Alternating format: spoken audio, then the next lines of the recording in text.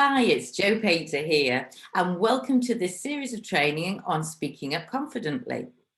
So I wanted to talk to you about this subject because it's something that a lot of my clients struggle with. It's not just about having to speak up, but it's how you speak up and how to make an impact when you do. And it can be in senior meetings, it can be with peers, it might be in presentations or one-to-one where you struggle. But I get from the fact that you're watching this video that maybe it's a challenge for you, and you certainly aren't alone. A lot of the women I speak to feel very uncomfortable about raising their point or giving their opinion in certain meetings. And at the moment, as we're all having lots of these virtual meetings, some people find that easier, and for others it's more difficult because there isn't so much intimidation, maybe because you're not sitting with lots of people, but also you're not seeing the body language as much, and it can be quite difficult to interject on a virtual meeting. So I'm going to be sharing with you across these 3 videos all about how to keep your power in the meeting, which is the subject of this video, some strategies on how you can speak up in the second video, and on the third video we'll be talking about interruptions. So I'd like you to imagine that you're in a meeting and there is people there of mixed seniorities. It's quite a lively discussion going on, and you want to be part of that discussion and you want to demonstrate your point of view and be heard. But maybe you're struggling to think of something to say that's going to have a real impact. And by the time you've actually thought of something, perhaps somebody else has said it, or maybe the conversation has moved on. Does that resonate as a scenario for you? Or maybe it's that you've got an opinion, an idea you want to share, but you're a bit uncomfortable to share it because what if it isn't quite correct? Or what if other people think it sounds a bit stupid? Well, if that sounds like you, then I'm afraid you are giving away your power. Because when anyone is invited to a meeting or a presentation, they bring with them a power to contribute to the discussion.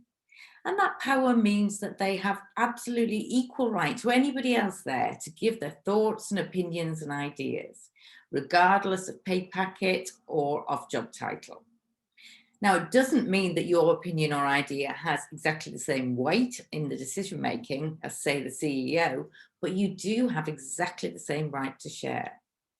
And when you hold yourself back from speaking, you're giving away that power, and it often goes to the loudest person in the room. And that's a critical point because by not speaking up with your unique voice, not only are you giving away your power, but people don't get to hear your perspective on the discussion. And no matter what level you're at, you have your own individual perspective that is absolutely worth sharing.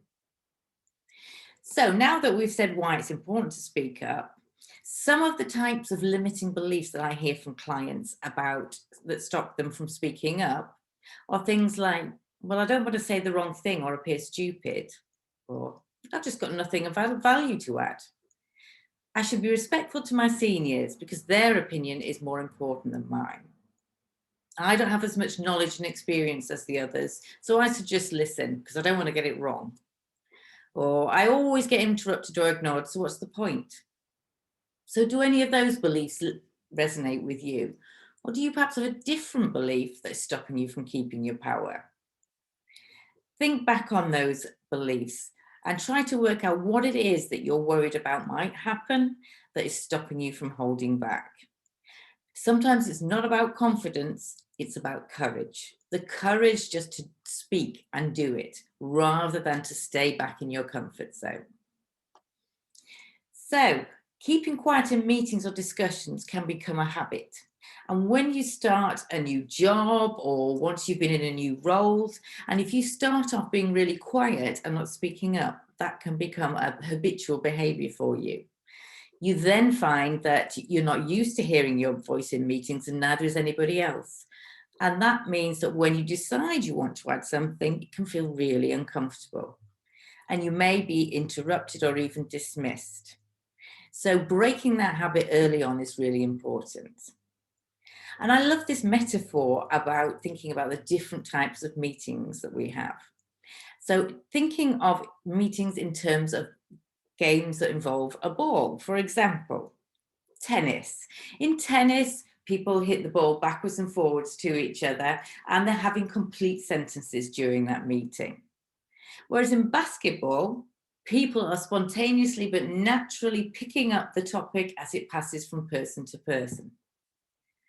Then think about bowling, where people take it in turns, they get to speak as much as they want to, get to complete their sentences and opinions, and there's plenty of time for everybody.